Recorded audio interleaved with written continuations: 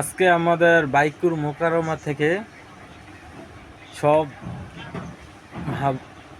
বাচ্চা ছাড়া সবাই মিলে আমরা সবাই আন্দোলনে নেমেছি।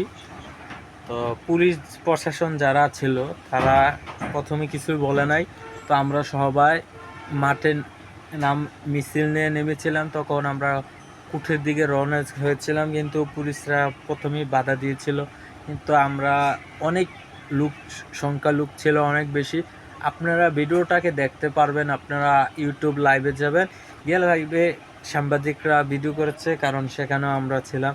কারণ ভিডিও করেছে শেষে দিয়ে একটু হামগামা ছিল।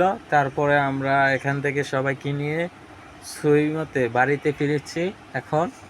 তো এখন আমি ফিরে একটু রেস্ট নিয়েছি। আর আপনাদেরকে বলে রাখি, আপনারা যদি আমাদের সাথে যোগ দিতে চান তাহলে আপনারা আমাদের পাশে থাকবেন। আর কালকের খবর বলে